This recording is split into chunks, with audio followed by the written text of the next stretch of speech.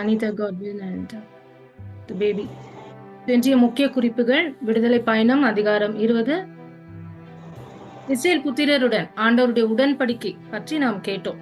இந்த அதிகாரத்தில் மக்கள் வாழ வேண்டிய 10 கட்டளைகளை கடவுள் மோசேயிடம் வழங்குகிறார்.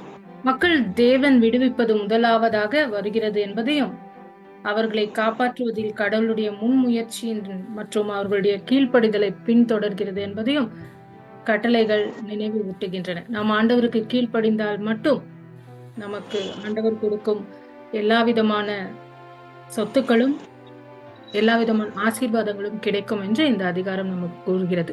நியாயப்பிரமாணம் ஆவிக்குரியது மற்றும் இருதயத்தின் ரகசிய எண்ணங்கள், ஆசைகள் மற்றும் நிலைகளை பற்றிய அறிவை எடுக்கிறது. அதன் எல்லாவற்றின் மகத்தான கோரிக்கை அன்பு. அன்பு இல்லாமல் வெளிப்புற கீழ்ப்படிதல் வெறும் ஆசாங்காக தான் இருக்கும். Without love, nothing is going to be real. We would not be able to connect to God and we wouldn't be able to receive blessing. Love is the main source in being obedient to God, says chapter 20. This chapter 20 speaks about the 10 commandments. I was just thinking, if somebody gives us a promise, யாராவது நமக்கு ஒரு வார்த்தை கொடுத்தாங்கன்னா, நான் இதை பண்றேன், promise இதை பண்றேன், somebody says, it's just a promise, they are going to give a word to you. நாளைக்கு அவங்க பண்ணாம போனாங்கன்னா, they don't keep up the promise, we cannot do anything. We are going to hurt, cry a day or two. She told me she's going to do, she didn't do it, we're going to cry and we're going to forget. But God, what does he give to the Israelites? He makes a covenant. ஒரு உடன்படிக்கை. அவர் வெறும் promise இல்ல, உடன்படிக்கை பண்றாரு மக்களோடு.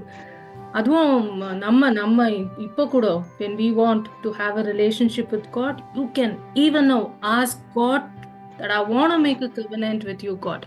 And நம்ம ஒன்றும் பெரிய சாக்ரிஃபைஸ் கொடுத்து எல்லாம் பண்ண தேவையில்லை. நம்ம மனசை மட்டும் நம்ம கொடுத்தா போதும். ஆண்டவர் எந்த ஒரு நம்முடைய முயற்சியும் இல்லாம அவரே நம்மோடு உடன்படிக்கையை வைத்து அவர் சொற்படி நம்மளை ஆசீர்வதித்து எடுத்து கொண்டு செல்வார் என்பது இந்த ப்ராமிஸ் அண்ட் கவெனன்ட், உடன்படிக்கை என்ற ஒரு விளக்கம். 21ஆம் அத்தியாயம். இஸ்ரேல் புத்திரர் தங்கள் சமூகத்திற்குள் ஒருவருக்கொருவர் நடக்கும் காரியங்களின் அடிப்படையில் செய்ய தேவன் கொடுத்த நியாய தீர்ப்புகளை கொண்ட ஒரு அத்தியாயம் ஆகும். இன்னைக்கும் கூட இந்த அத்தியாயங்கள் எல்லாம் நாம் வாசிக்கணும், கண்டிப்பாக நாம ரிஃப்ளெக்ட் பண்ணணும். இதெல்லாம் நம்ம வாழ்க்கையில கடைபிடிக்க மிக மிக முக்கியம். ஆகையால் தான் இப்பொழுது கூட நமக்கு எவ்வளவு அசோசியேஷன்ஸ் இருக்கு, கவர்மெண்ட் ரூல்ஸ் இருக்கு, ஹியூமன் ரைட்ஸ் இருக்கு, நிறைய டிசிப்ளினரி ஆக்ட்ஸ் இருக்கு. இதெல்லாம் அந்த காலத்திலேயே ஆண்டவர் ஒரு ரூல் பை ரூல் இஸ்ரேல் மக்களுக்கு கொடுத்திருந்தார். 22ஆம் அதிகாரம் இஸ்ரேலர்களுக்கு தேவன் கொடுத்த பல்வேறு சட்டங்கள் அடங்கிய ஒரு அதிகாரம். இஸ்ரேல் மக்கள் தார்மீக பொறுப்புடனும் சமூக ஒற்றுமையுடனும் வாழ வேண்டும் என்று கடவுள் விரும்பினார் என்பதை அந்த அத்தியாயம் கூறுகிறது. 23ஆம் அத்தியாயம் மோசேக்கும் கடவுளுக்கும் இடையிலான உரையாடல் 20ஆம் அதிகாரத்தில் தொடங்கியது. அதன் தொடர்ச்சியை நாம் படிக்க கேட்டோம். தேவன் இஸ்ரேல் தேசத்திற்கான தம்முடைய சட்டங்களை வெளிப்படுத்தி கொண்டிருந்தார். இந்த அதிகாரம் இஸ்ரேல் புத்திரர் கை கொள்ளவும் செய்யவும் தேவனுடைய நியாய தீர்ப்புகளை கொண்டுள்ளது. God was judging each and every act of theirs. இன்றைக்கும் even today God definitely judges. மற்றவர்களை எதிராக செய்யப்படும் நடத்தைகளுக்கு கடவுள் ஆலோசனைகளையும் விளைவுகளையும் கொடுக்கிறார்.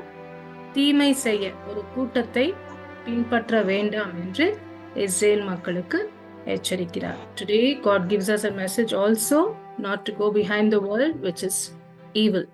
நாம உலகத்தோடு வாழ்ந்துட்டு இருக்கோம்.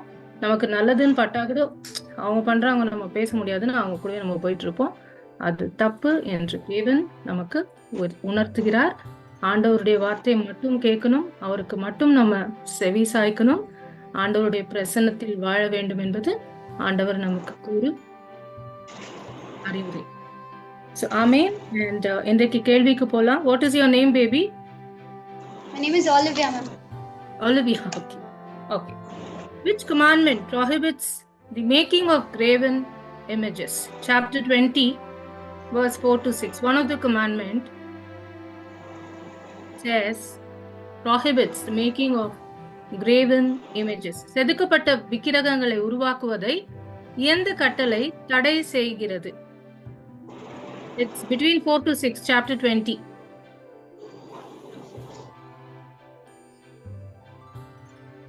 நம்ம 10 கட்டளை கேட்டோம். சோ எந்த கட்டளை விக்கிரக ஆராதனை தப்பு என்று சொல்றது? சிலையையோ The first ஓவியத்தையோ one. உருவாக்க வேண்டாம். இல்ல. ஃபர்ஸ்ட் கமாண்ட்மெண்ட் என்ன? Olivia, what is the first commandment? I am the Lord your God who rescued you Who brought you to Egypt. from the land of Egypt, the place of your slavery. First commandment வந்து ஆண்டவர் நான் உன்னுடைய கடவுள், நான் உன்னுடைய அப்பா, நீ என்னை மட்டும் முதன்மையாக வைக்க வேண்டும் என்பது ஃபர்ஸ்ட் கமாண்ட்மெண்ட். ஸோ நம்முடைய வாழ்க்கையிலும் நம்ம ஆண்டவருக்கு ப்ரையாரிட்டி கொடுத்தால் கண்டிப்பாக ஆண்டவருடைய கரம் till we die, life to come eternal, it will be with us. அது முதல் கட்டளை. இரண்டாவது கட்டளை படிங்க, அரசர் படிச்சுட்டு இருந்தீங்க. செதுக்கப்பட்ட விக்கிரகங்களை உருவாக்குவதை எந்த கட்டளை தடை செய்கிறது? Do not worship no God but me. Correct. I asked about which Commandment. commandment prohibits the making of graven image. The second commandment prohibits. Chapter 20, விண்வெளியில் கீழே மண்ணுலகில் பூமிக்கடிய நீர் திரளில் உள்ள யாதொன்றின் சிலையையோ ஓவியத்தையோ நீ உருவாக்க வேண்டாம், அவைகளை வழிபட வேண்டாம் என்று இந்த வசனம் கூறுகிறது. Second commandment says. Okay, next question. What is promised to those who honor their father and mother? தங்கள் தகப்பனையும் தாயையும் கனம் பண்ணுகிறவர்களுக்கு என்ன வாக்குத்தத்தம் ஆண்டவர் கொடுக்கிறார்? Chapter 20 verse 12. Olivia, try to answer. Honor your father and mother, then you will live a long, full life in the land the Lord your God is giving you. Amen. Long life and prosperity you will live when you honor your father and mother. Correct. Next question. Chapter 20 verse 18. How did the people react to God's voice and the thunderings and the lightnings? தேவனுடைய சத்தத்திற்கும் இடி முழக்கத்திற்கும் மின்னல்களுக்கும் மக்கள் எவ்வாறு பிரதிபலித்தார்கள்? They trembled with fear and stood long away after. Amen. ரொம்ப பயப்பட்டு தூரமாக சென்று நின்றார்கள். Very good. Next question. Chapter 20 verse 19. What did the Israelites ask Moses to do after they heard God's voice? ஆண்டவருடைய வார்த்தை கேட்டாங்க, பயப்பட்டு தூரமா நின்னாங்க. மோசே கிட்ட என்ன பண்ணணும்னு சொன்னாங்க? கடவுள் குரலை கேட்டு இஸ்ரேல் மோசேயிடம் என்ன செய்ய சொன்னார்கள்? They wanted Moses to talk to them, but not God. Why? They thought that God would kill them. We will listen. Correct. They're very smart. They didn't want to talk to God. They were scared. They thought they will die. So they asked Moses to talk to God.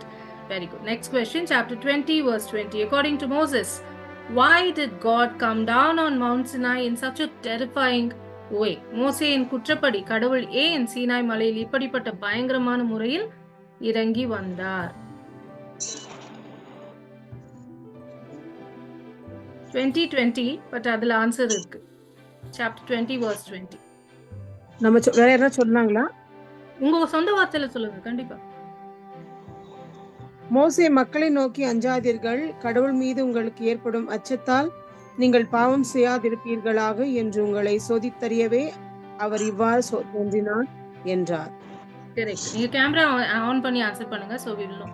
பாவம் பண்ணக்கூடாது என்று ஆண்டவர் மக்கள் முன்னே தோன்றி his message was they would not sin, பாவம் செய்யக்கூடாது என்பது. Correct. Thank you. Next question. Chapter 21 verse 2.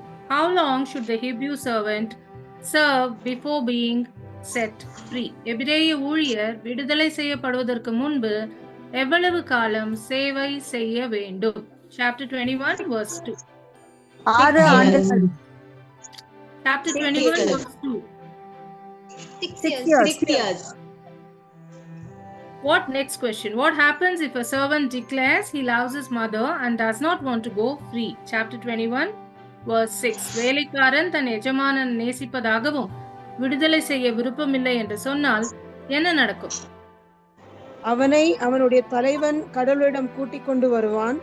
தலைவன் அவனை கதவருகில் அல்லது வாயில் நிலைக்கால் மட்டும் கூட்டி வந்து அவனது காதில் தோல் தைக்கும் ஊசியால் துளைத்து விடுவான். எவன் எக்காலமும் அவனுக்கு பணிவிடை செய்வான். கரெக்ட். காதை தூசியால் விடுவான், அவன் எக்காலமும் பணிவிடை செய்வான். Correct. Next question, chapter 22 verse 18. What is the law concerning sorcery? சூனியம் பற்றிய சட்டம் என்ன? What is சூனியம், மந்திரம் எல்லாம் பண்றாங்க இல்லையா, அப்படி பண்ணால் என்ன ஆகும் என்று தேவன் சொல்றார். 22 chapter verse 18. சூனியக்கார் எவளையும் உயிரோடு விட்டு வைக்காது. Maranam, completely forbidden. Last question. They will be put to death. Last question. வேற்று தெய்வங்களை பலி கொடுப்பதை பற்றி நியாய பிரமாணம் என்ன சொல்கிறது? What does the law say about sacrificing to other gods? Chapter 22 verse 20. Condemn to death anyone who offers sacrifice to any god except to me, the Lord. Amen. Thank you so much. Wonderful answering. Thank you to Anita Godwin and family, all the families. God bless. Take care. Good night. Thank you, ma'am.